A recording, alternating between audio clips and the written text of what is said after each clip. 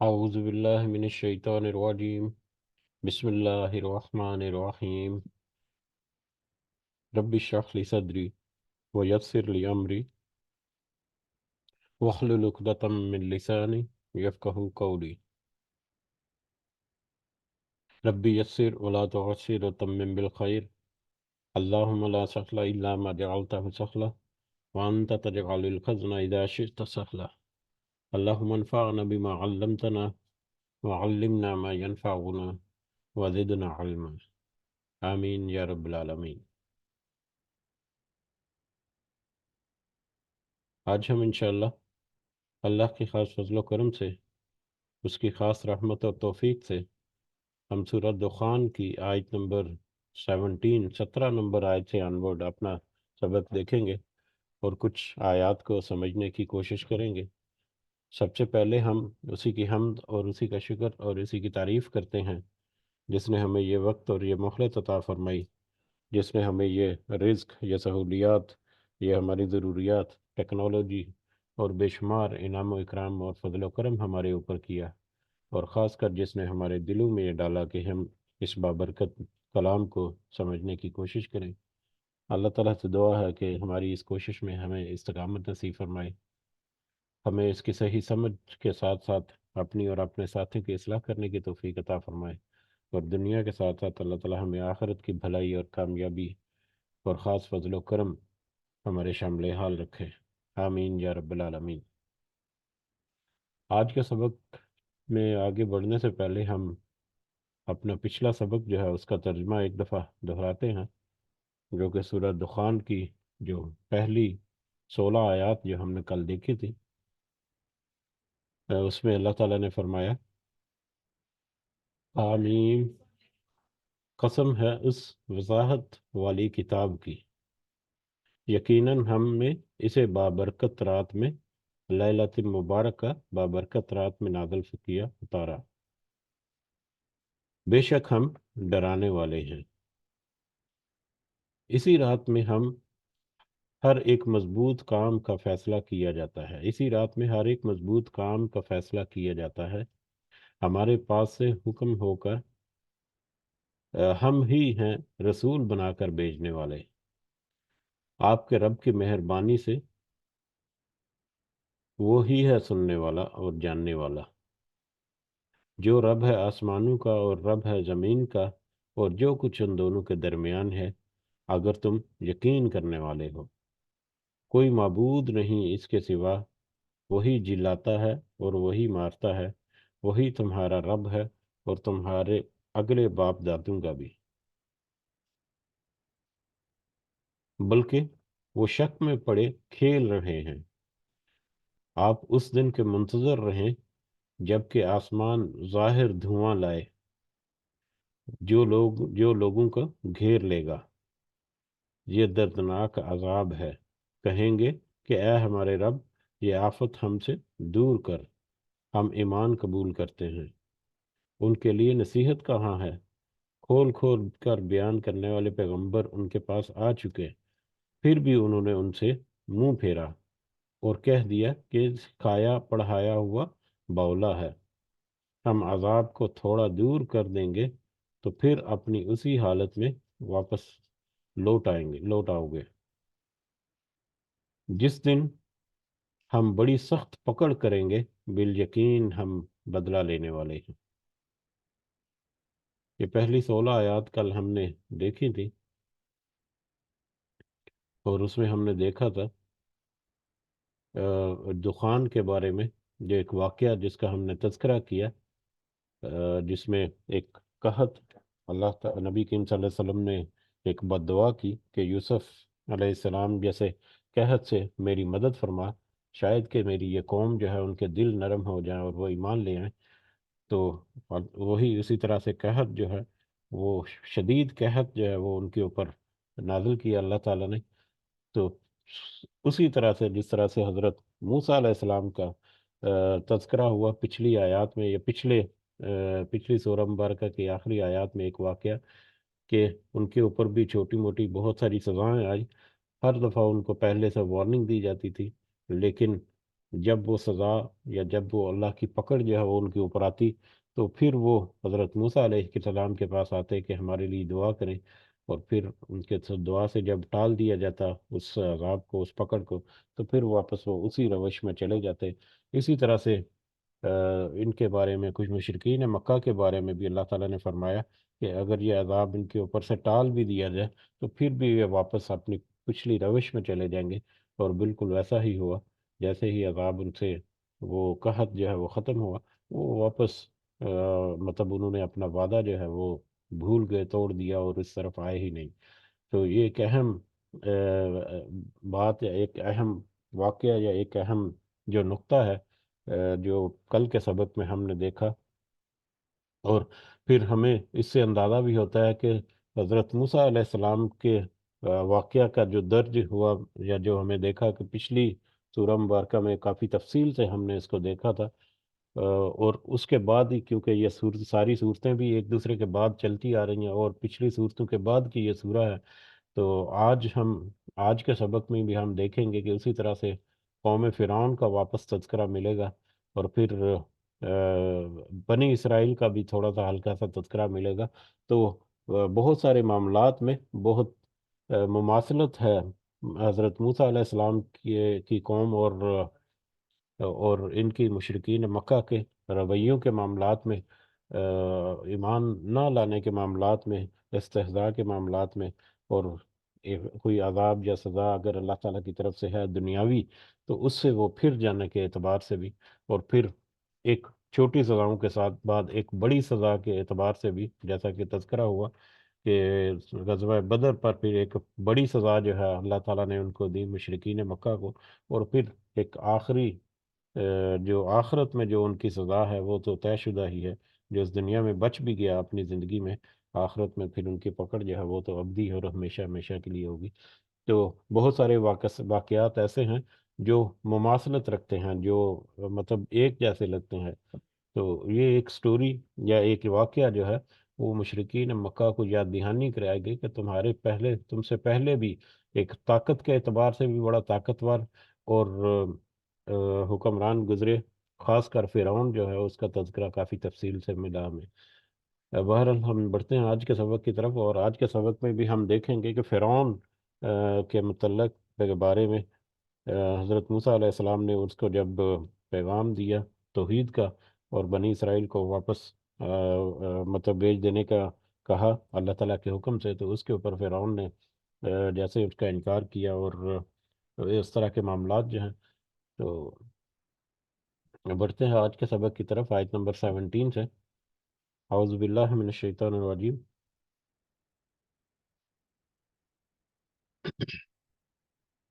وَلَقَدْ فَتَنَّا، اور بلا شبہ یقیناً ہم نے آزمایا، قبلہم ان سے پہلے، یعنی ان مشرکین مکہ سے پہلے، پہلی قوموں میں سے ہم نے آزمایا قوم فرعون کی قوم کو۔ اب یہ قوم کی فرعون، حضرت موسیٰ علیہ السلام کا جو تذکرہ ہم دیکھتے ہیں، یا بہت ساری جگہوں پر حضرت موسیٰ علیہ السلام کے بارے میں جو واقعات جو درج ہیں، تو حضرت موسیٰ علیہ السلام کو ایکچولی دو گروہ جو ہیں بڑے بڑے، یا دو قومیں کہہ لیں، ان سے واسطہ رہا، اور دونوں قوموں کے اوپر حضرت موسیٰ علیہ السلام نے ایک بڑی لمبی جد و جہد اور بڑی لمبی کوشش کی، بڑی لمبی تبلیغ کی، اور دونوں ہی قومیں جو ہیں وہ اسی طرح سے ان کا رویہ رہا۔ ایک قوم جو ہے وہ تو قوم فرعون تھی، فرعون اور اس کے حواری اور اس کے سردار اور اس کا لشکر وغیرہ جو ہے، ان کے اوپر بڑی تفصیل سے تذکرہ ہوا تھا پچھلی سورہ مبارکہ کی آخری کچھ آیات میں، کہ کس طرح سے پہلی سٹیج میں یا پہلے فیز میں اللہ تعالیٰ نے ان کے پاس اس کو حضرت موسیٰ علیہ السلام کو کہا کہ ان کو جا کے توحید کی دعوت دو، اور پھر کہو کہ بنی اسرائیل کو میرے ساتھ بھیج دے، اور پھر وہاں پر ابتدائی معجزات جو اللہ تعالیٰ کی طرف سے عصا کا اور سانپ کا بننا، اور پھر اس کے بعد 6 7 مختلف چھوٹی چھوٹی سزائیں، کہ مینڈکوں کا عذاب آ جانا، اور پانی کا خون بن جانا، اور ٹڈی دل کا حملہ، اور سسریاں اور جوئیں وغیرہ پڑ جانا، اس طرح کے چھوٹے چھوٹے عذاب، اور پھر اس کے بعد ایک بڑا عذاب جو ہے غرق کر دینے کا۔ تو یہ سارا قوم فرعون اور آل فرعون جو ہے ان کے ساتھ یہ سارا معاملہ ہوا۔ اب ان کی اس اصلاح کے دوران، یا ان کی اس اس پہلے فیز کے دوران بنی اسرائیل جو ہیں وہ، کیونکہ وہ بھی بہت بھٹک چکے تھے اپنے راستے سے، ان کے اوپر بھی نبی کی حضرت موسیٰ علیہ السلام کی تبلیغ جو ہے وہ جاری رہی۔ ان میں سے بھی کچھ لوگ جو ہیں وہ سیدھے راستے پر رہے، کچھ لوگ جو ہیں وہ اپنی منمانی کرتے رہے، کچھ تو جیسے قارون جیسے لوگ جو ہیں وہ تو فرعون کے لشکر کے ساتھ بھی ملے اور انہوں نے فرعون کی مدد بھی کی۔ تو اس طرح سے جو بنی اسرائیل تھی وہ بھی کچھ کچھ حد تک اسی طرح سے معاملات رہے، لیکن کیونکہ وہ ظلم کی چکی میں پس رہے تھے، ایک مجبور اور لاچار قوم بن چکے تھے، جب غلام قوم بن چکے تھے، تو لہذا حضرت موسیٰ کی شکل میں ان کو ایک کہہ لیں کہ ایک آسرا ملتا کہ شاید یہ ہمیں نجات دلا دے، تو اس لیے وہ حضرت موسیٰ کے ساتھ ڈٹے رہے پہلے شروع میں بھی۔ لیکن جب فرعون سے نجات کے بعد پھر جو بنی اسرائیل کے ساتھ بھی معاملات جو ہیں وہ بھی اسی طرح سے ہوئے، بعد میں بنی اسرائیل کو بھی حضرت موسیٰ علیہ السلام نے ایک لمبی تبلیغ کی، ان کے ساتھ بھی اسی طرح کے معاملات ہوئے۔ یہ میں اس لیے تھوڑا سا تذکرہ کر رہا ہوں کیونکہ آگے آنے والی آیات جو ہیں ان کو ہم ان کے بیک گراؤنڈ کے طور پر ہم یہ سمجھ سکیں کہ یہ جو بنی اسرائیل تھے انہوں نے بھی پھر بعد میں کچھ اسی طرح کے رویے رکھے، ان کے اوپر بھی اللہ تعالیٰ نے بہت سارے انعامات کیے، جس کی وہ نافرمانی کرتے رہے، اس کے نتیجے میں ان کے اوپر مختلف ادوار میں مختلف سزائیں جو ہیں وہ بھی آئیں، پھر اللہ تعالیٰ نے ان کو معاف بھی کر دیا۔ لیکن پھر واپس انہوں نے وہی روش رکھی، اور وہ چھوٹے چھوٹے عذابوں کے بعد ان ایک بڑے کچھ پکڑ اور بڑی سختی جو ہے وہ بھی ان کے اوپر آئی، بنی اسرائیل کے اوپر، اور پھر آخرت کی سختی جو ہے طے شدہ ہے۔ تو اب ہم آگے بڑھیں گے تو تھوڑا سا اس کا مزید تذکرہ بھی کریں گے، لیکن یہ دو جو قومیں، دو جو مطلب گروہ ہیں جن کا پالا جو ہے حضرت موسیٰ علیہ السلام سے رہا، اور بہت ہی تفصیل کے ساتھ یہ سارے واقعات جو ہے مختلف مقامات پر تذکرے ہوتے ہیں۔ تو اب دوبارہ سے قوم فرعون کا پہلے اور پھر ہلکا سا تذکرہ ہمیں ملے گا بنی اسرائیل کے بارے میں بھی ہمیں آج کے سبق میں۔ وَلَقَدْ فَتَنَّا قَبْلَهُمْ قَوْمَ فِرْعَوْنَ، اور بلا شبہ ہم نے آزمایا اس سے پہلے کہ فرعون کی قوم کو بھی، یعنی فرعون اور آل فرعون کو بھی اللہ تعالیٰ نے آزمایا۔ وجاءہم، اور آیا ان کے پاس رسول کریم، ایک معزز رسول، ایک شریف النفس اور ایک ایماندار جو رسول ہے حضرت موسیٰ علیہ السلام، وہ ان کے پاس آیا، قوم فرعون کے پاس اللہ تعالیٰ نے اس کو بھیجا، اور اس کو کیا کہہ کر بھیجا؟ ان ادو، یہ کہ حوالے کر دو، الیہ، میری طرف، عباد اللہ، اللہ کے بندو کو میری طرف حوالے کر دو، میرے حوالے کر دو۔ اللہ تعالیٰ نے جب رسالت جو ہے وہ ظاہر کی حضرت موسیٰ علیہ السلام کے اوپر، اور ابتدائی جو معجزات دیے، تو اس کے بعد فرعون کے محل میں جا کر دو اس کو پیغام جو ہیں وہ دینے کے لیے کہا، حکم دیا۔ پہلا یہ کہ توحید کا، اللہ ایک ہے، صرف وہی عبادت کے لائق ہے، صرف اسی کی عبادت کرو، اور دوسرا بنی اسرائیل کو میرے ساتھ جانے کی اجازت دے دو، ان کو میں یہاں سے لے کر نکل جاؤں۔ تو دونوں معاملات میں فرعون نے انکار کر دیا ہے۔ بہرحال یہ دوسرے معاملے کا وہاں پر ذکر ہے، اس سے پہلے توحید کا ذکر جو ہے وہ پچھلے آیات میں گزر چکا، کہ اللہ تعالیٰ کی طرف سے حکم کے مطابق موسیٰ علیہ السلام نے فرعون کے دربار میں جا کر اس سے توحید کے ساتھ ساتھ یہ بھی کہا کہ بنی اسرائیل کو، یعنی میرے اللہ کے بندو کو میرے حوالے کر دو۔ انی لکم رسول امین، بے شک میں تمہارے لیے ایک امانت دار رسول ہوں، اللہ تعالیٰ کی طرف سے ایک امانت میرے پاس ہے، توحید کی دعوت اور نصیحت جو ہے وہ میں تمہیں پیش کرتا ہوں، اس نصیحت کو، اس امانت کو میں تمہارے حوالے کرتا ہوں، یا میں پوری ایمانداری کے ساتھ اللہ تعالیٰ کا پیغام اور اللہ تعالیٰ کی طرف سے جو وحی اور جو بھی نصیحت ہے وہ تمہارے تک پہنچانے والا ایک رسول ہوں، اللہ تعالیٰ کا پیغامبر ہوں۔ وَأَن لَا تَعْلَمُوا، وَأَن لَا تَعْلُوا، اور یہ کہ نہ تم سرکشی کرو، علی اللہ، اللہ کے مقابلے میں۔ جب اس نے اس کا انکار کر دیا اور پھر وہ مقابلہ ہوا، سرکشی کی، تو پھر حضرت موسیٰ علیہ السلام نے اس کو کہا کہ دیکھو تم اللہ کے مقابلے میں سرکشی نہ کرو۔ اللہ کے مقابلے میں سرکشی یعنی اللہ کے رسول سے مخالفت کرنا، اللہ کے رسول کی تضحیق کرنا در حقیقت اللہ کی مخالفت یا اللہ کی تضحیق ہے۔ اسی طرح سے سرکشی کرنا، بغاوت کرنا، حکم عدولی کرنا، نافرمانی کرنا اللہ کے رسول کی، اس کا مطلب یہ ہے کہ اللہ کے رسول، اللہ کی نافرمانی کرنا اور اللہ کی ناشکری کرنا ہے سارا کچھ، کہ تم اللہ تعالیٰ نے جو پیغام بھیجا ہے میرے تھرو، یعنی حضرت موسیٰ علیہ السلام کے تھرو، اس کے اوپر تم کاربند رہو اور سرکشی نہ کرو۔ اگر میرے ساتھ اگر سرکشی کرو گے تو اس کا مطلب ہے کہ اللہ کے ساتھ سرکشی ہوگی۔ تو یہ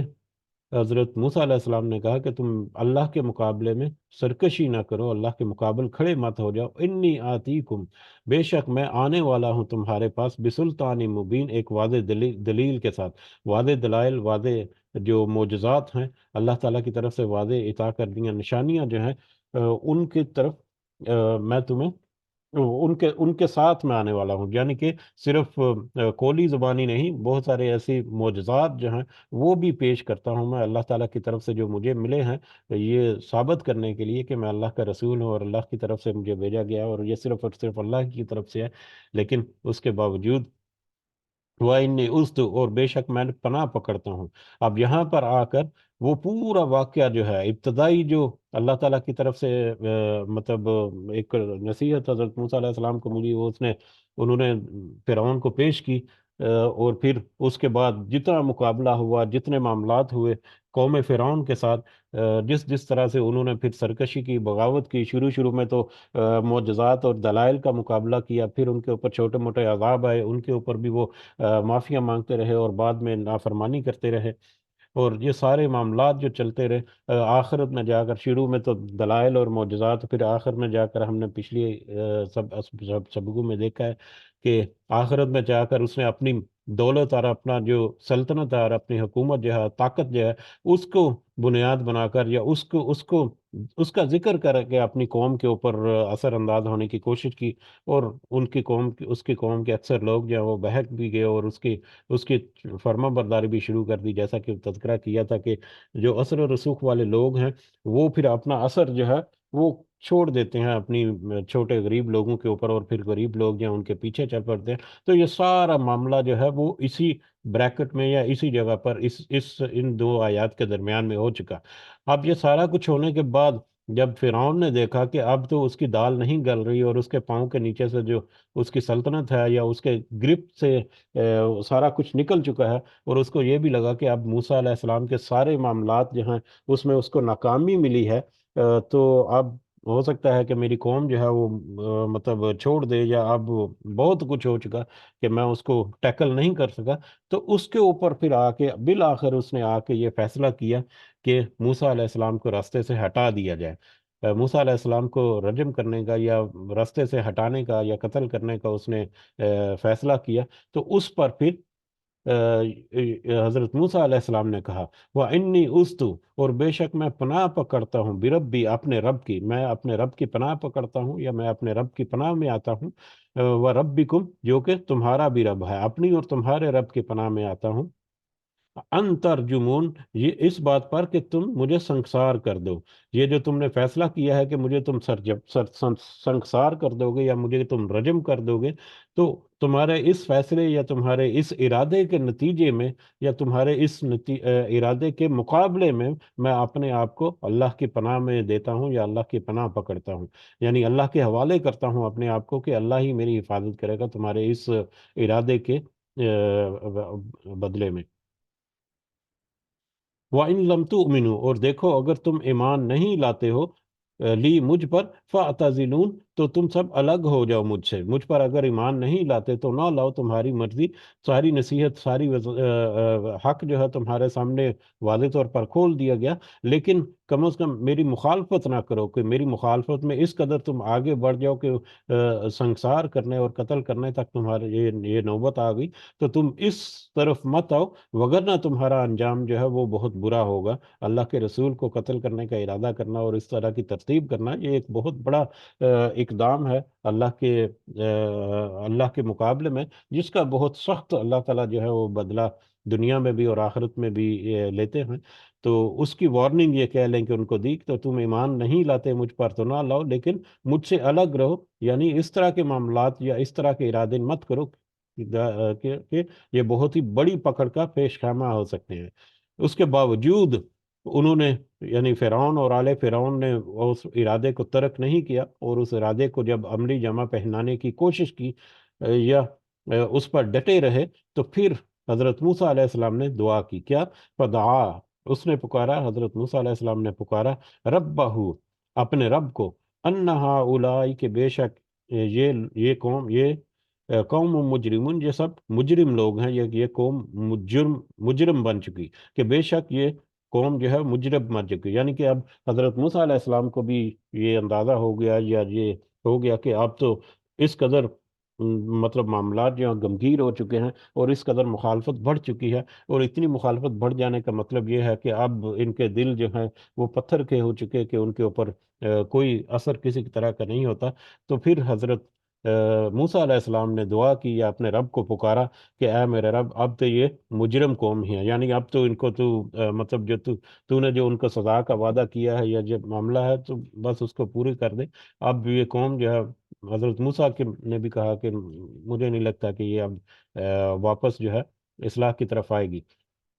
تو اللہ تعالیٰ نے حضرت موسیٰ علیہ السلام کی وہ دعا جو ہے وہ سنی، پھر اللہ تعالیٰ نے اس قوم کو، یعنی قوم فرعون کو غرق کرنے کا اشارہ کیا، ارادہ کیا، اور حضرت موسیٰ کو حکم دیا کہ اب یہاں سے تو اپنی قوم کو، یعنی بنی اسرائیل کو لے کر نکل جاؤ۔ فَأَسْرِ بِعِبَادِي لَيْلًا، تو حکم ہوا تو لے چل میرے بندوں کو، لیلن، رات کے وقت میں، راتوں رات تو اپنی قوم کو یا میرے بندوں کو، بنی اسرائیل کو لے کر وہاں سے نکل جا، انکم متبعون، کہ بے شک تم پیچھا کیے جانے والے ہو، کہ تمہارا پیچھا بھی کیا جائے گا۔ اب بنی اسرائیل جو ہے وہاں پر وہ کوئی چھوٹی سی قوم یا چھوٹا سا گروہ نہیں تھا، ایک بہت بڑا گروہ تھا، 12 قبیلے تھے وہ، اور 12 قبیلوں میں ہزاروں افراد بھی اگر ہوں تو وہ لاکھوں کی تعداد بن جاتی ہے۔ اب لاکھوں کی تعداد جو ہے وہ مختلف بستیوں میں یا مختلف آبادیوں میں یا مختلف جگہوں پر وہ آباد ہے، اور سارے کے سارے لاکھوں کی تعداد میں افراد جو ہیں وہ ایک ہی رات کو مطلب یا ایک ہی وقت میں وہاں سے کوچ کرنے کے لیے جب ہلچل ہوگی، یا جب اس طرح کا میٹر ہوگا، تو ایک بہت بڑا ایک ایونٹ یا ایک بہت بڑی مطلب پیش قدمی جو ہے وہ ہوگی، یقیناً وہ سامنے بھی آئے گی۔ تو اللہ تعالیٰ نے پہلے سے حضرت موسیٰ علیہ السلام کو اشارہ دے دیا کہ دیکھو، تم اپنی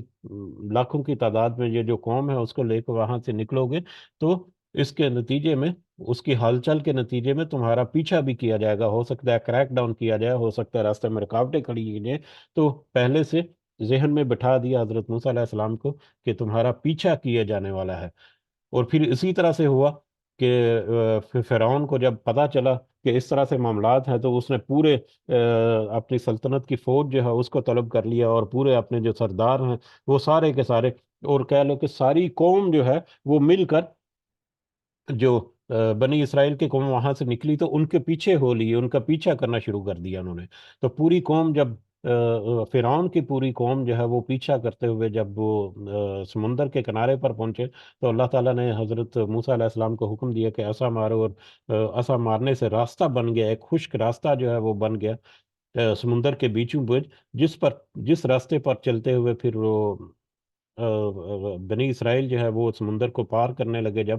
تو یہ اس وہاں تک اب معاملہ آتا ہے، وقت رکل بحر رحمن، تو چھوڑ دے سمندر کو ٹھہرا ہوا، تو چھوڑ دے سمندر کو ٹھہرا ہوا، انہم جندم مغرقون، بے شک وہ ایسا لشکر ہے جو غرق کیا جانے والا ہے، کہ اس سمندر کے راستے کو یا اس سمندر کو ٹھہرا ہوا چھوڑ دے، کہ تو بے شک تو دیکھ کہ یہ قوم جو ہے یہ غرق کی جانے والی ہے اب۔ یعنی وہ جب اس راستے سے گزر رہے تھے، وہ پوری کی پوری قوم، تو انہوں نے دیکھا کہ وہ جو فرعون اور آل فرعون جو ہے وہ بھی اسی راستے پر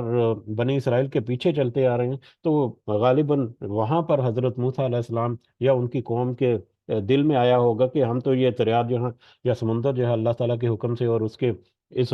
معجزے سے ہم پار کر رہے ہیں، لیکن یہ کہ اب فرعون جو ہے وہ بھی ہمارے پیچھے پیچھے اس راستے پر چلتا آ رہا ہے، تو ایک بے چینی سی ہوئی ہوگی یقیناً، جس کے نتیجے میں اللہ تعالیٰ نے کہا، یا کچھ علماء نے یہ بھی لکھا ہے کہ وہ جب سمندر سے پار ہو گئے اور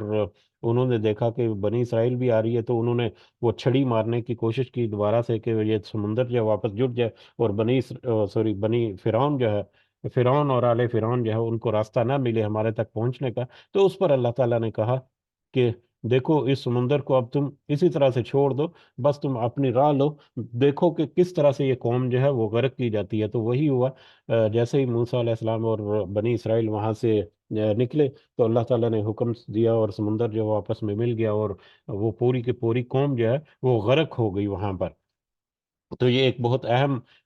یہاں پر واقعہ جو ہے تذکرہ ہوا۔ اور پھر جیسا کہ تذکرہ کیا کہ پوری کی پوری قوم ہی، یعنی فرعون اور فرعون کے لشکر، اس کے جنگجو اور اس کے حکومت کے عہدیداران اور قوم کے لوگ جو ہیں، وہ سارے کے سارے جو ہیں وہ بنی اسرائیل کے پیچھے وہاں سے پڑ گئے، اور سارے کے سارے ہی وہاں پر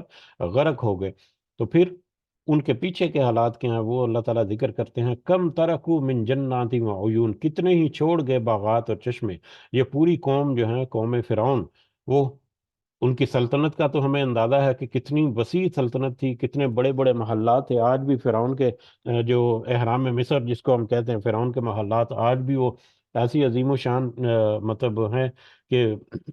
آج کی ٹیکنالوجی سے بھی وہ ممکن نظر نہیں آتا کہ کس طرح سے اس کی وہ تعمیر کریں گے۔ اور پھر جو وہاں پر نہری نظام اور پورا سلطنت کا، اور بڑے بڑے کھیتیاں اور باغات اور پھلوں سے لدے ہوئے اور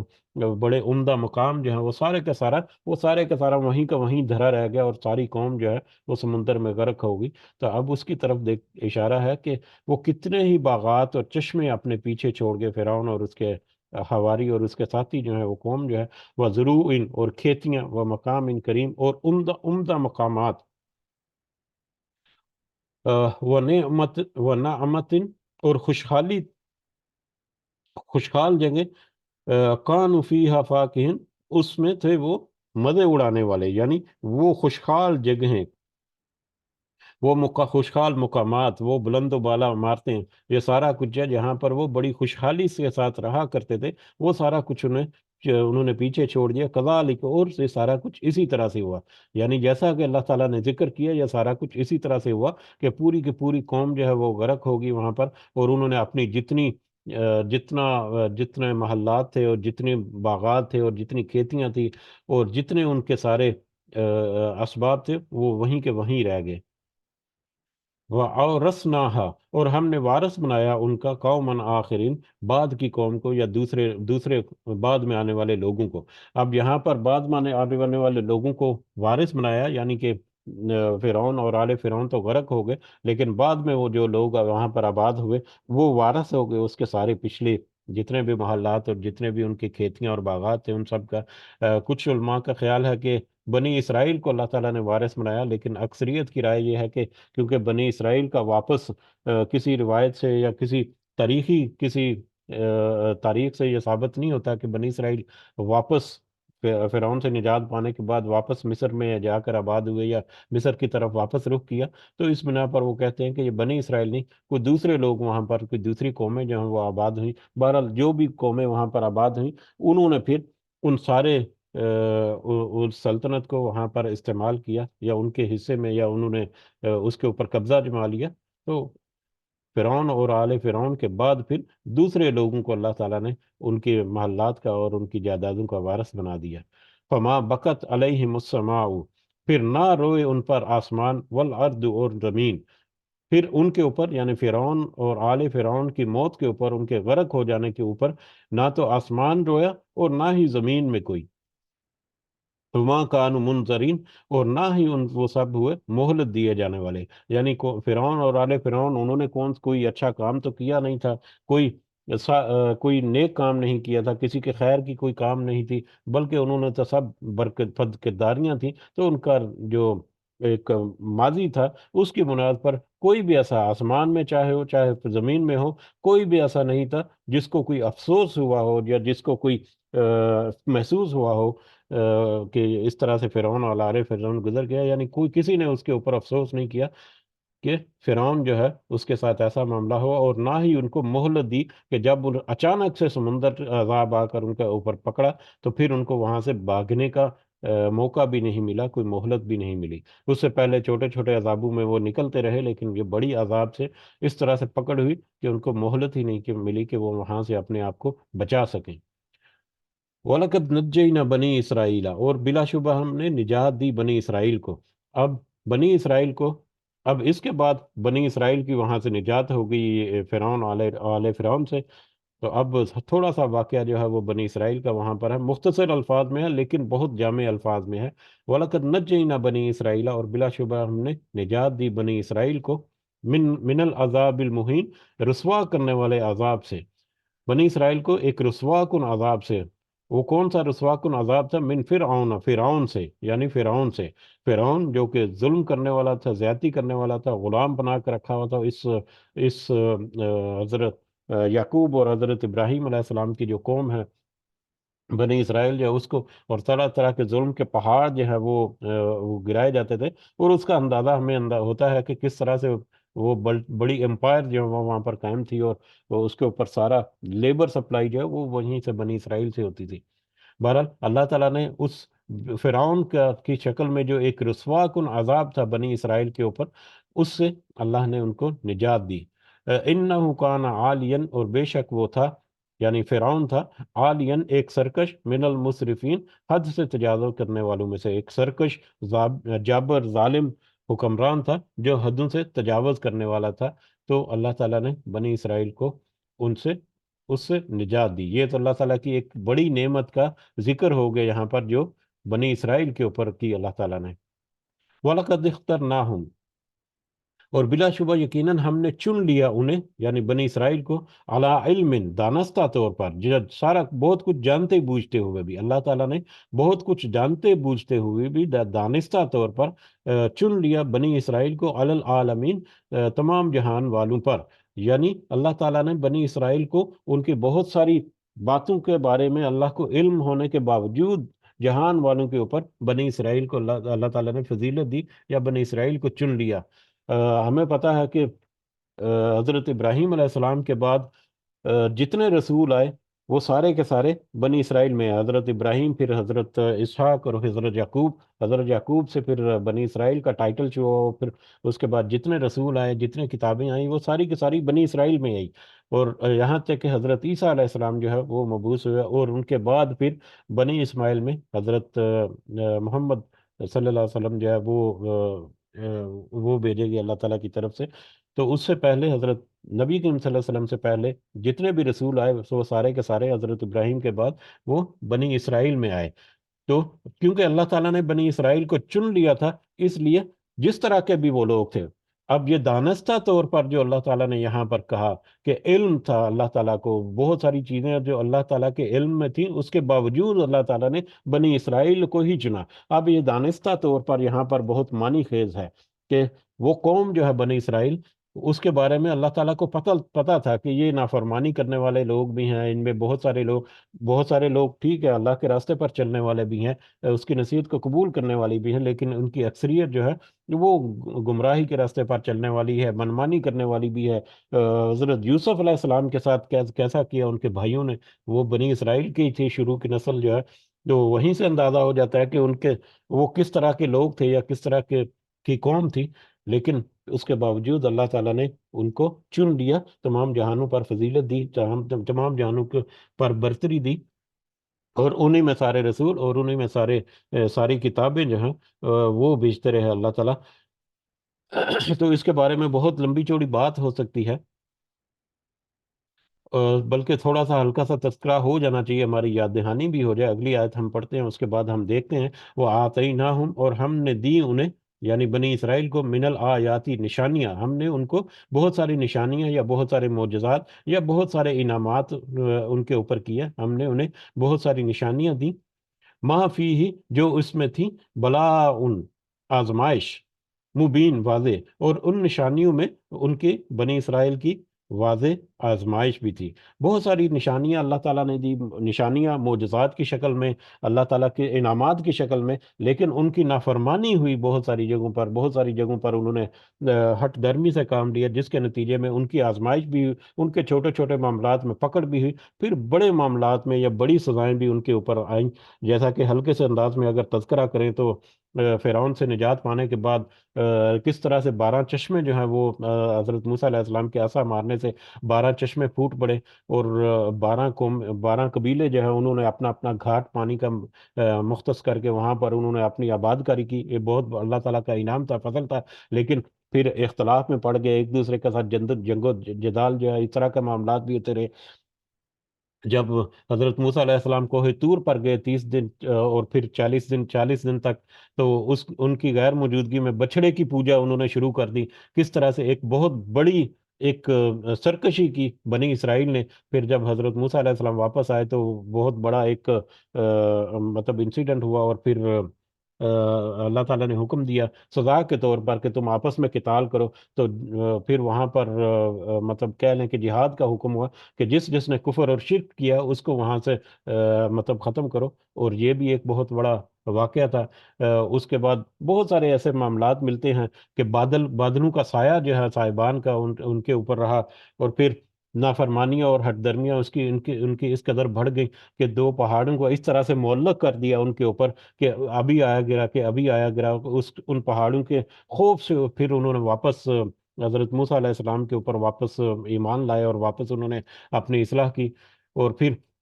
جب اللہ تعالیٰ نے حکم دیا کہ جاؤ واپس اپنے ملک کو جا کر، وہاں پر جا کر اس سرکش اور طاقتور قوم سے اپنا ملک جو ہے فلسطین یا بیت المقدس ہے، یروشلم جو ہے، اس کو واپس حاصل کرو، تو اس کے اوپر بھی انہوں نے انکار کر دیا، اور کوڑا جواب دے دیا حضرت موسیٰ علیہ السلام کو کہ تم جاؤ، تم اور تمہارا خدا جا کر ان سے لڑے، ہم تو اتنے طاقتور نہیں کہ ہم ان کا مقابلہ کریں۔ تو انہوں نے وہاں پر جانے سے انکار کر دیا، اس قوم کے ساتھ لڑکنے تھے، جس کی وجہ سے پھر وہ 40 سال تک، ایک لمبے عرصے تک صحرائے سینا میں وہ اسی طرح سے بھٹکتے رہے اور ذلیل و خوار ہوتے رہے۔ تو اس طرح سے بہت سارے معاملات میں، اور اس کے بعد ہمیں پتا ہے کہ حضرت موسیٰ علیہ السلام جو ہے وہ وفات پا گئے، اور ان کے جانشین جو ہے یوشع بن نون، ان کی سربراہی میں انہوں نے ایک کس کو طالوت کو وہاں پر مقرر کیا سپہ سالار، اور طالوت کی سرداری میں پھر ایک بڑا لشکر جو ہے وہ تشکیل دیا گیا، جس نے جالوت کا مقابلہ کیا۔ طالوت اور جالوت کی جنگ ہوئی، اور وہاں پر حضرت داؤد علیہ السلام کا نمودار ہونا، اور حضرت داؤد علیہ السلام نے کس طرح سے اس جالوت کو قتل کیا۔ پھر وہاں سے پھر واپس ان کو ایک بڑی سلطنت جو ہے وہ ملی، حضرت داؤد علیہ السلام، اور پھر حضرت سلیمان علیہ السلام، ایک بہت بڑا عروج وہاں پر ملا۔ حضرت سلیمان علیہ السلام کے بعد بھی ان کی قوم جو ہے وہ اسی طرح سے گمراہی کا شکار ہوئی، اور پھر بعد میں آنے والے بادشاہوں نے ان کی اینٹ سے اینٹ بجا دی، اور یہ جو ہیکل سلیمانی جس کو کہتے ہیں، وہ سارے کا سارا مسمار ہو گیا، تباہ و برباد ہو گیا۔ اس کے بعد پھر ایک وقت آیا کہ ان کو عروج ملا، پھر واپس زوال ہوا۔ تو یہ بنی اسرائیل کا بہت بہت ساری جگہوں پر بہت ساری تفصیلیں جو ہیں وہ موجود ہیں کہ اللہ تعالیٰ نے اس قوم کے اوپر بہت سارے انعامات کیے، اور بہت ساری مطلب ان کے اوپر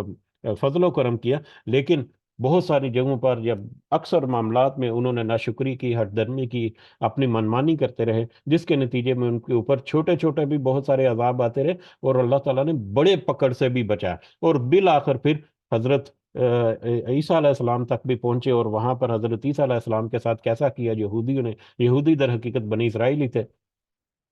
کہ انہوں نے نہ صرف انکار کر دیا بلکہ ان کو سولی کے اوپر چڑھا کر ان کو قتل کرنے کا بھی ارادہ کیا، لیکن اللہ تعالیٰ نے ان کو پھر زندہ اٹھا لیا وہاں سے، اور پھر وہاں سے پھر اللہ تعالیٰ نے رخ کیا اس رسالت کا، اور جو وہی ہے اللہ تعالیٰ کی طرف سے آتی تھی اس کا، بنی اسرائیل سے بنی اسماعیل کی طرف وہاں سے مطلب ایک تبدیلی اللہ تعالیٰ لے کر آئے، اور پھر نبی کریم صلی اللہ علیہ وسلم جو ہے وہ مبعوث ہوئے، اور ان کے اوپر پھر قرآن مجید نازل ہوا، پھر بعد سارے بات کے معاملات، اور اب قیامت تک پھر یہ امت محمدی جو ہے، یا امت اسماعیل جو ہے، بنی اسماعیل میں سے امت محمدی جو ہے صلی اللہ علیہ وسلم، ان کی امت جو ہے وہ قیامت تک اب ایک ایک مرکزی امتن وسطن یا امتن واحدہ جو ہے اس کے طور پر رہے گی۔ تو بنی اسرائیل کی ہسٹری اگر دیکھیں تو وہ ساری کی ساری ہسٹری جو ہے وہ ان 2 آیات میں اللہ تعالیٰ نے سمو دی ہے۔ ان 2 آیات کے بیک اپ میں وہ پوری ہسٹری جو ہے وہ موجود ہے بنی اسرائیل کی، کہ کس طرح سے اللہ تعالیٰ نے ان کے بہت سارے معاملات میں دانستہ طور پر چن لیا بنی اسرائیل کو، جانتے بوجھتے ہوئے کہ یہ قوم بھی اسی طرح سے ہے، لیکن اس کے باوجود اس میں بھی کوئی شک نہیں کہ ان میں بڑے بڑے علماء اور بڑے بڑے مطلب لوگ جو ہیں وہ گزرے ہیں، جیسے کہ انبیاء اور رسول جتنے آئے ہیں وہ بھی اسی قوم میں سے تھے جنہوں نے اس قوم کو راہ راست پر لانے کی کوشش کی، لیکن اکثریت جو ہے وہ سرکشی پر کرتے رہے۔ تو اللہ تعالیٰ نے بہت ساری نشانیاں، بہت سارا فضل و کرم کیا، اور پھر ان کے اوپر بہت ساری آزمائشیں بھی آئیں۔ تو یہ سارے کا سارا جو ہے اس کے بیک گراؤنڈ میں ہمیں ملتا ہے۔ تو اس سے اس کا تذکرہ کرنے کا مقصد ایک یہ بھی تھا کہ حضرت موسیٰ علیہ السلام کے جو دو گروہ جو ہے وہ بھی واضح ہو گئے جن کے ساتھ ان کا پالا رہا۔ ایک فرعون اور آل فرعون تھے، دوسرا خود ان کے اپنی ہی قوم بنی اسرائیل جو ہے، کہ کس کس طرح سے کتنی لمبی جد و جہد کی حضرت موسیٰ علیہ السلام نے، اور کتنے مختلف طرح کے معاملات جو ہیں ان کو فیس کیا انہوں نے، اور اس کے باوجود وہ اللہ تعالیٰ کے حکم کے اوپر، اللہ تعالیٰ کی نصیحت کے اوپر، اللہ تعالیٰ کے راستے پر ڈٹے رہے، اور وہ کمزوری نہیں دکھائی کہیں پر بھی انہوں نے۔ تو یہ پوری جو ہے مشرکین مکہ کے لیے بھی ایک بہت بڑی ایک ایک کہہ لیں کہ واقعہ یا معاملات جو ہے ان کی رہنمائی کے لیے، نبی کریم صلی اللہ علیہ وسلم کو بھی ان کی تسلی کے لیے کہ تم آپ صلی اللہ علیہ وسلم سے پہلے بھی جو گزر چکے رسول، اور ان میں حضرت موسیٰ علیہ السلام کا خاص کر تذکرہ، کہ ان کے اوپر بھی بہت سارے ایسے معاملات ہیں، ان کی قوموں نے بھی بہت سارا ایسا کچھ کیا، لیکن اللہ تعالیٰ نے ان کے ساتھ کیسے کیسے معاملات ہوئے۔ تو اگر آپ کے ساتھ کچھ ایسے معاملات ہو رہے ہیں تو آپ مطلب یہ ان لوگوں کا یا انسانوں کا ایک وتیرہ ہی ایسا رہا ہے کہ ان کو اللہ تعالیٰ نے اختیار کیا، اس اختیار کو انہوں نے اپنی مرضی سے ناجائز طور پر یا غلط طریقے سے استعمال کیا، گمراہی کے راستہ چننے کے لیے چن کر انہوں نے اپنے اس اختیار کو استعمال کرتے ہوئے اپنے آپ کو جہنم کے لیے قرار دے دیا۔ بہرحال آگے بڑھتے ہیں۔ اب آگے یہاں تک جو ہے حضرت موسیٰ علیہ السلام کا قصہ جو ہے یا واقعہ جو ہے وہ مکمل ہوتا ہے ان آیات تک۔ اس کے بعد پھر واپس یہ موضوع جو ہے یا کلام جو ہے وہ پلٹتا ہے قریش کی طرف، نبی کریم صلی اللہ علیہ وسلم اور ان کی قوم جو ہے ان کی طرف پلٹتا ہے۔ اِنَّ هَٰؤُلَاءِ، بے شک یہ لوگ یعنی قریش، لَيَقُولُونَ، یقیناً وہ کہتے ہیں، بے شک یہ لوگ قریش یا اہل مکہ یا مشرک جو ہے، بے شک وہ کہتے ہیں، کیا کہتے ہیں؟ اِنْ هِيَ إِلَّا مَوْتَتُنَا، کہ نہیں ہے وہ مگر ہمارا مرنا، الاولا، پہلی بار، ہمارا مرنا جو ہے وہ پہلی بھی بار ہے، یا اولا ایک ہی اول مرتبہ ہی ہے، ایک ہی بار ہے۔ بے شک ہمارا مرنا جو ہے وہ ایک ہی دفعہ ہے، یعنی ایک ہی دفعہ ہمیں موت آئے گی۔ وما نحن بمنتشرین، اور نہ ہم کبھی ہرگز دوبارہ اٹھائے جائیں گے، ہمیں دوبارہ کبھی اٹھایا نہیں جائے گا۔ ان کا یہ کہنا تھا،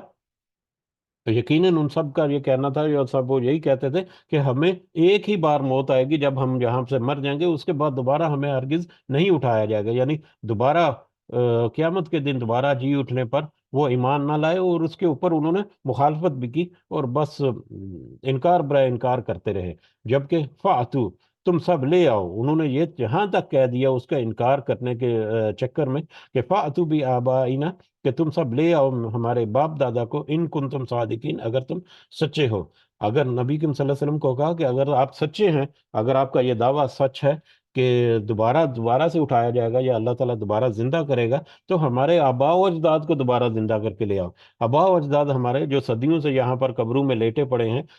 اگر واقعی دوبارہ سے اللہ تعالیٰ زندہ کرے گا تو ہمارے باپ دادا جو ہے ان کو پھر واپس زندہ کرو، پھر ہم مانیں گے اس طرح سے۔ تو اس طرح سے انہوں نے ایک اور دلیل یا ایک اور حجت یا ایک اور بہانہ جو ہے وہ گڑا، جبکہ وہ اس بات پر نہیں سوچ سمجھ رکھے تھے۔ اللہ تعالیٰ نے یہ کبھی نہیں کہا کہ تمہارے اس دنیا کی زندگی میں دوبارہ وہ آئیں گے، بلکہ اللہ تعالیٰ کا یہ کہنا، یہ قول ہے کہ قیامت کے دن ان کو اٹھایا جائے گا، اور قیامت کا دن وہ جو مقررہ ساعہ ہے، وہ جو مقررہ وہ گھڑی ہے، اس سے پہلے ان کو نہیں اٹھایا جائے گا۔ تو اللہ کا قول تو ابھی تک قائم ہے، اور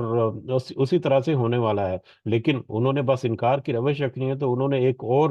وہاں پر اپنی طرف سے دلیل چھوڑ دی کہ اگر تم سچے ہو تو ہمارے آباء و اجداد جو صدیوں سے یہاں پر پڑے ہیں ان کو واپس زندہ کر کے دکھاؤ۔ اہم خیرن، اب اللہ تعالیٰ کہہ رہے ہیں کہ اہم خیرن، یہ بہتر ہیں، یہ قوم یا قوم قریش یا مشرکین مکہ جو ہے، کیا یہ لوگ بہتر ہیں، ام قوم تبا، یا قوم تبا؟ قوم تبا جو ہے وہ قوم سبا کی ایک برانچ تھی۔ تبا جو ہے وہ ٹائٹل تھا، سرداروں کا ٹائٹل یا بادشاہ کا ٹائٹل، جیسے اہل مصر جو ہے ان کا ٹائٹل یا سردار تھا، یا مطلب بہت سارے مطلب ٹائٹل تھا ایک بادشاہ کا۔ تو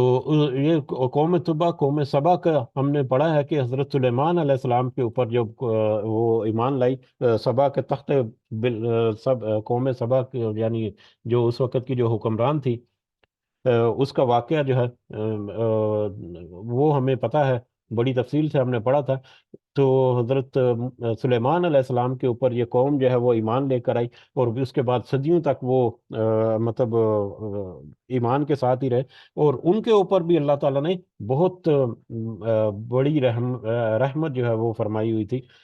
غالباً سورہ سبا تھی، اس میں ہم نے بڑی تفصیل سے پڑھا تھا کہ یمن کے علاقے جو ہیں وہاں پر تھے وہ لوگ، اور وہاں پر تجارتی گزرگاہوں کے حوالے سے، آبادیوں کے حوالے سے، شاہراہوں کے حوالے سے، رہن سہن کے حوالے سے، کھیتوں اور باغات کے حوالے سے، اور خاص کر جو تجارت کے راستے جو ہیں ان کے حوالے سے، بحری تجارت وغیرہ جو ہے وہ بھی، کہ ایک بہت بڑی ایک اللہ تعالیٰ کی طرح سے خوشحالی اس قوم کو ملی ہوئی تھی۔ لیکن اس قوم نے بھی جب شرک اور نافرمانی یا اس طرح کے معاملات حد سے بڑھ گئے، تو اس قوم کو اللہ تعالیٰ نے منتشر کر دیا۔ وہ مختلف علاقوں میں ان کی، یمن اور ان کے اپنے ارد گرد کے علاقے، ان کی کیفیت ایسی ہوگی کہ وہ وہاں سے منتشر ہونے پر مجبور ہو گئے اور مختلف جگہوں پر جا کر آباد ہو گئے، اور اس طرح سے یہ قوم جو ہے وہ اپنے سارا ان کی جو خوشحالی تھی وہ ختم ہوگی، اور وہ تتر بتر ہو گئے۔ تو قوم سبا کے بارے میں ہم نے کافی تفصیل سے پڑھا تھا، یاد دہانی کے لیے ہم نے تھوڑا سا تذکرہ کیا یہاں پر دوبارہ سے۔ تو اللہ تعالیٰ کہہ رہے ہیں کہ یہ لوگ مشرقین مکہ، اب مشرقین مکہ کی خوشحالی اس وقت جو ہے وہ صرف بیت اللہ کی وجہ سے تھی، مسجد الحرام کی وجہ سے، کہ مرکزی مقام تھا، اور ارد گرد کے جو جتنی قومیں تھے ان میں ایک ایک عزت و تکریم والا مقام سمجھا جاتا تھا، اور تجارتی راستوں یا گزرگاہوں میں وہ ایک مرکزی ایک پوائنٹ تھا، ٹریڈنگ کا بھی اور راستے میں آنے والے آرام کا بھی۔ تو اس وجہ سے مطلب وہاں پر ایک خاص ان کو مطلب ایک خاص قسم کی ان کے اوپر کہہ لے کہ رحمت تھی اللہ تعالیٰ کی۔ لیکن مال و اسباب کے اعتبار سے دیکھا جائے تو پچھلی قوموں میں، جیسا کہ فرعون کا ذکر کیا بڑی تفصیل کے ساتھ، اور اس کے علاوہ قوم تبا یا قوم سبا جو ہے، ان کے معاملے میں اگر دیکھا جائے تو ان کے معاملے میں خوشحال نہیں تھے، ان کے مقابلے میں وہ خوشحال نہیں تھے اتنے۔ تو جب اللہ تعالیٰ کا اشارہ اس لیے ہے کہ جب ان سے بڑی خوشحال قومیں اور بڑی طاقتور قومیں، مال کے اعتبار سے بھی، سلطنت کے اعتبار سے بھی، حکومت کے اعتبار سے بھی، ان کو جب تباہ و برباد کر دیا، تو یہ مشرکین مکہ جو ہے، یہ تو مطلب بحیثیت قوم، یہ کیا کس بات کی مولی ہیں یہ، یا کتنی یہ طاقت رکھتی ہیں؟ کچھ بھی نہیں ہے۔ اہم خیر ام قوم تبع، کیا وہ بہتر ہے یا قوم تبا یا قوم سبا کا یہ برانچ جو ہے وہ، والذین من قبلہم، اور جو ان سے پہلے تھے، قوم سبا اور ان سے پہلے والی قومیں، جیسے قوم عاد اور قوم سمود، اور مطلب واللہ عالم اس سے پہلے کون کون سی قومیں تھیں اور ان کے بعد کون کون سی تھی، لیکن ان سے پہلے فرعون تو یقیناً اس سے پہلے تھا، کتنی بڑی سلطنت تھی وہ۔ تو قوم سبا، تبا، اور اس سے پہلے آنے والے جو لوگ تھے، کیا وہ ان سے بہتر تھے مال و اسباب کے اعتبار سے، یا یہ قوم بہتر ہے؟ یقیناً اس سے پہلے آنے والے جو ہیں وہ بہت بڑی طاقتور سلطنتیں تھیں۔ اہلکناہم، ہم نے ہلاک کر دیا انہیں، یعنی اللہ نے ان کو ہلاک کر دیا۔ انہم کانوا مجرمین، بے شک وہ مجرم تھے، جرم کرنے والے تھے، ان کے جرم بھی اتنے بڑے تھے، انہوں نے مطلب باقی جو معاشرتی جرائم جو ہیں، ظلم و ستم جو ہیں، وہ تو تھا ہی، شرک کا ایک بہت بڑا ظلم کیا، پھر ان کے اوپر جب نصیحت ہدایت اور اللہ تعالیٰ کے رسول جو ہے وہ آئے، تو ان کا بھی انہوں نے انکار کر دیا۔ تو یہ ان کے اتنے بڑے بڑے جرم تھے، جس کے نتیجے میں ان قوم کو ہلاک کر دیا گیا۔ تو یہ قوم مکہ یا مشرکین مکہ جو ہیں، یہ تو بالکل نازک سی اور بالکل کمزور سی قوم ہے ان کے مقابلے میں، طاقت اور دولت اور حکومت وغیرہ کے معاملات میں۔ رسالت کے معاملات میں یقیناً ایک مطلب پوری اس سرزمین یا پوری بنی نوع انسان کی جو تاریخ ہے قیامت تک، اس میں سب سے عظیم ہستی جو ہے وہ ان کے درمیان آئی، یہ ان کے لیے ایک بہت بڑا اعزاز تھا، لیکن انہوں نے اس کی قدر بھی نہیں کی۔ وما خلقنا السماوات والارض، اور نہیں ہم نے پیدا کیا آسمانوں اور زمین کو، وما بینہما، اور جو کچھ ان کے درمیان میں ہے، لاعبین، کھیلتے ہوئے۔ یہ آسمانوں اور زمین اور جو کچھ ان کے درمیان، یعنی اس کائنات میں جو کچھ ہے، اس کو ہم نے کھیل کود کے طور پر یا کھیلنے کودنے کے لیے پیدا نہیں کیا۔ ما خلقناہما، نہیں ہم نے پیدا کیا ان دونوں کو، الا بالحق، مگر حق کے ساتھ، ان دونوں کو، یعنی زمین و آسمان آسمانوں اور زمین اور ان کے درمیان سارا کچھ، یعنی اس کائنات کو ہم نے حق کے ساتھ پیدا کیا، کسی خاص مقصد کے لیے پیدا کیا، کسی خاص کام کے لیے پیدا کیا، یوں ہی کھیل تماشے کے لیے پیدا نہیں کیا۔ اور وہ خاص مقصد کیا تھا؟ کہ آزمائش تھی۔ اور آزمائش کیا تھی؟ کہ اللہ تعالیٰ نے انسان کو اختیار دے دیا کہ تم اپنا راستہ خود چوز کرو۔ اب اختیار دے کر اللہ تعالیٰ نے ان کے اوپر فضل و کرم جو کیا وہ یہ تھا کہ اس اختیار کے ساتھ اللہ تعالیٰ نے ان کے اوپر حق اور باطل جو ہے اس کے راستے جو ہے وہ بھی واضح کر دیا، رسولوں کے ذریعے سے، کتابوں کے ذریعے سے، علماء کے ذریعے سے، اور ایسی ہستیوں کے ذریعے سے اللہ تعالیٰ نے حق اور باطل کا راستہ جو ہے وہ ان کے اوپر واضح کر دیا، اور پھر ان کو کہا کہ تمہارے پاس اختیار ہے، جو راستہ تم چوز کرنا چاہو اس کے مطابق تمہیں منزل ملے گی۔ یہی آزمائش ہے، اور اسی آزمائش کے لیے اللہ تعالیٰ نے اس ساری مطلب کائنات کو یا سارے جو بھی ہے اس کو پیدا کیا، اور اس میں انسان کو اختیار دیا تاکہ وہ آزما سکے تمہیں اختیار دے کر، اور تمہیں حق اور باطل کا راستہ جو ہے وہ سمجھا کر۔ تو یہ آزمائش یہ وَلَٰكِنَّ أَكْثَرَهُمْ لَا يَعْلَمُونَ، لیکن اکثر ان کے نہیں جانتے، اکثر ان کے نہیں جانتے۔ علم کے بارے میں بھی ہم پہلے کئی دفعہ دیکھ چکے ہیں کہ جاننے والا یا عالم وہ ہے یا جو وہ اس چیز کا حقدار ہے کہ اس کو کہا جائے کہ وہ عالم ہے، کہ جو کچھ علم یا جو کچھ معلومات یا جو کچھ اس کے پاس موجود ہے انفارمیشن، اس میں سے جو اس کے فائدے کی چیز ہے اس کے مطابق اپنے آپ کو کرے۔ ایک ڈاکٹر جو ہے وہ ہیلتھ پریکٹیشنر ہے، اتنی اعلیٰ ڈگری اس نے حاصل کی ہوئی ہے اپنی صحت کے لیے، لیکن وہ خود اپنی صحت کا خیال نہیں رکھے گا، وہ اس کی اپنی صحت جو ہے وہ بگڑتی چلی جائے گا، ماں سوائے اس کے کہ اللہ تعالیٰ کی طرف سے کوئی بیماری ایسی آ جائے، کوئی آزمائی۔ ادروائز اگر ڈاکٹر جو ہے وہ اپنی صحت کا خیال نہیں رکھے گا تو اس کے کیا فائدہ اس کی ڈگری لینے کا اور اس کا اتنا بڑا ٹائٹل ہونے کا۔ اسی طرح سے انسان بھی ہے، علم رکھنے والے وہ ہیں جو اس علم کا صحیح معنوں پہ فائدہ اٹھائے۔ تو اللہ تعالیٰ نے ان کو ساری معلومات دے دی، ان کو علم دے دیا کہ دیکھو حق کا راستہ یہ ہے، باطل کا راستہ یہ ہے۔ اس کے باوجود جس نے اگر باطل کا راستہ چوز کیا تو اس نے اپنے اوپر ظلم کیا۔ تو اکثر ان میں سے علم نہیں رکھتے تھے یا جانتے نہیں تھے، یا علم کو انہوں نے اس طرح سے ضائع کر دیا، اس کا فائدہ اٹھانے کے بجائے اس کے نقصان کے راستے پر چلے۔ اور ہمیں پتہ ہے کہ دنیا میں ظاہری طور پر فائدہ جو ہے وہ ملتا ہے، اور اس کے نتیجے میں آخرت کا نقصان ہی نقصان ہے، اور دنیا میں کچھ آزمائشیں جو جھیل لے اللہ کے راستے پر چل کر، اس کے لیے پھر آخرت میں کامیابی اور آسانیاں ہی آسانیاں ہیں۔ ان یوم الفصل، بے شک فیصلے کا دن، میقاتہم، اب اس اختیار کے نتیجے میں جو انہوں نے علم حاصل کر کے اس علم کے مطابق جو کچھ کیا، اس کا فیصلہ جو ہے وہ قیامت کے دن ہوگا۔ ان یوم الفصل میقاتہم اجمعین، بے شک فیصلے کا دن ان کا مقررہ وقت ہے، سب کے سب کا۔ اب یہ پچھلی آیات میں جو انہوں نے کہا نا کہ ہم تو نہیں مانتے دوبارہ اٹھائے جائیں گے، اگر دوبارہ اٹھائے جائیں گے یا دوبارہ زندہ کیا جائیں گے تو پھر ہمارے جو آباء و اجداد ہیں ان کو لے آؤ واپس، ان کو دوبارہ زندہ کر کے دکھاؤ۔ تو اس کی کلیریفیکیشن یہاں پر اللہ تعالیٰ نے کر دی کہ ان یوم الفصل میقاتہم اجمعین، کہ سب کے سب کا فیصلہ جو ہے وہ قیامت کے دن ہوگا۔ وہ کیا فیصلے کے دن یا قیامت کے دن ان کو اٹھایا جائے گا، اور وہاں پر ان کے ساتھ اب یہ فیصلے ہوں گے کہ آخری، اس سے پہلے ان کو دوبارہ نہیں اٹھایا جائے گا جیسے کہ یہ تقاضا کر رہے ہیں۔ یوم لا یغنی مولاً، اس دن نہیں کام آئے گی مولاً کوئی دوستی، اب مولاً کسی دوست کے، دنیا کی یاری دوستی جو ہے وہ دنیا کے معاملات میں تو ٹھیک ہے، لیکن آخرت میں کوئی یاری دوستی وہاں پر کہ کسی کے کام نہیں آئے گی، کوئی رشتہ داری، ایون کہ ماں بھی اپنے بیٹے کو اور اولاد بھی اپنے والدین کے لیے کچھ نہیں کر سکے گی جب تک ان کا اپنا معاملہ جو ہے وہ سیدھا نہیں ہوتا، شیئن کچھ بھی، ولا ہم ینصرون، اور نہ ہی وہ مدد کیے جائیں گے۔ دنیا میں جو ایک دوسرے کا آسرا لیتے رہے کہ بڑا مال و دولت ہے اس کے ذریعے سے، یا اللہ کے علاوہ دوسرے معبودوں کو پکار کر ان کے ساتھ ایک امیدیں وابستہ کی کہ وہ آخرت میں وہ ہماری مدد کریں گے، تو آخرت میں تو نہ ساتھی کام آئے گا، نہ دوست کام آئے گا، نہ کوئی رشتہ دار کام آئے گا، اور نہ ہی کوئی معبود، اور نہ ہی کوئی اس طرح کے اللہ کے علاوہ وہ جو کام آئے گا۔ لہٰذا اس فیصلے کے دن ہر چیز جو ہے وہ اللہ تعالیٰ نے یہاں پر ہمیں تذکرہ کر کے ذکر کر دیا۔ الا من رحم اللہ، ہاں مگر وہ جس پر اللہ تعالیٰ نے رحم کیا،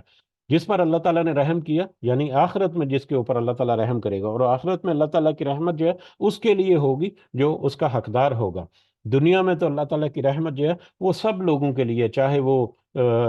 مسلمان ہے، چاہے وہ مشرق ہے، چاہے وہ نان مسلم ہے، کوئی بھی، دنیا میں اللہ تعالیٰ کی رحمت جو ہے وہ سب کے لیے ایکولی ڈسٹریبیوٹ ہو رہی ہے۔ لیکن آخرت میں اللہ تعالیٰ کی رحمت جو ہے صرف ان لوگوں کے اوپر ہوگی جو اس کے حقدار ہوں گے۔ اور کون حقدار ہوں گے؟ جنہوں نے دنیا میں اللہ تعالیٰ کی رحمت کو پا کر آخرت کی رحمت کو سمیٹنے کی فکر کی۔ تو دنیا جو جن پر اللہ تعالیٰ کی رحمت ہوگی یا جن پر اللہ تعالیٰ رحم کرے گا قیامت کے دن، ہاں ان کے لیے کچھ دوست، بہت ساری چیزیں ہیں جو ان کے لیے مددگار ہوں گی۔ قرآن ان کے حق میں گواہی دے گا، انبیاء اور صالحین جو ہیں وہ ان کے حق میں گواہی دیں گے، ان کے اپنے اعزاز جو ہے ان کے حق میں گواہی دیں گے، اور ان کے خلاف بھی گواہیاں آئیں گی۔ لیکن اللہ تعالیٰ کی رحمت یہی ہے کہ کسی کے حق میں وہاں پر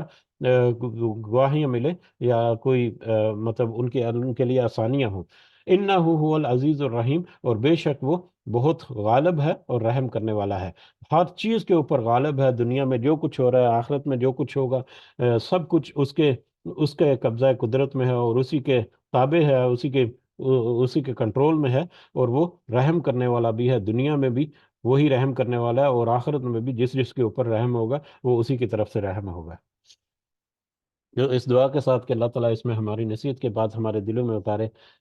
ہم یہاں پر اپنے سبق کو روکتے ہیں۔ اللہ تعالیٰ ہمیں اپنی اصلاح کرنے کی بھی توفیق عطا فرمائے، ہمارے کہنے میں، سننے میں، سمجھنے میں کوئی کمی بیشی ہے تو اللہ تعالیٰ ہمیں معاف فرمائے، اور ہمیں اس کے بدلے میں بھی صحیح سمجھ جو ہے وہ ہمارے دلوں میں اتارے۔ آمین یا رب العالمین، وما علینا الا البلاغ المبین۔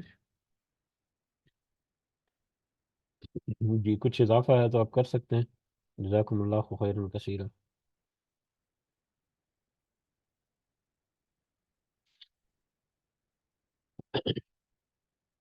جی وقت جو ہے صبح وہ کافی پیچھے چلا جاتا ہے، تو ہم دیکھیں گے اگلے ہفتے سے انشاءاللہ کوئی 10 منٹ ٹائم جو ہے وہ تھوڑا سا اور پیچھے کو لے کر آئیں گے۔ تو اس لیے کوشش کریں کہ صبح اپنے وقت کے اوپر شروع کریں، تاکہ ہم اس مجلس کو انشاءاللہ اللہ تعالیٰ کے خاص فضل و کرم جو ہے اس مجلس کے اوپر، اس کو ہم شمودلی جو ہے وہ لے کر چلتے رہیں انشاءاللہ۔ اللہ تعالیٰ کا یہ خاص فضل بھی اور کرم بھی ہے ہمارے اوپر کہ ہم اس طرح سے جڑے ہوئے ہیں، تھوڑے سے لوگ ہیں بے شک، لیکن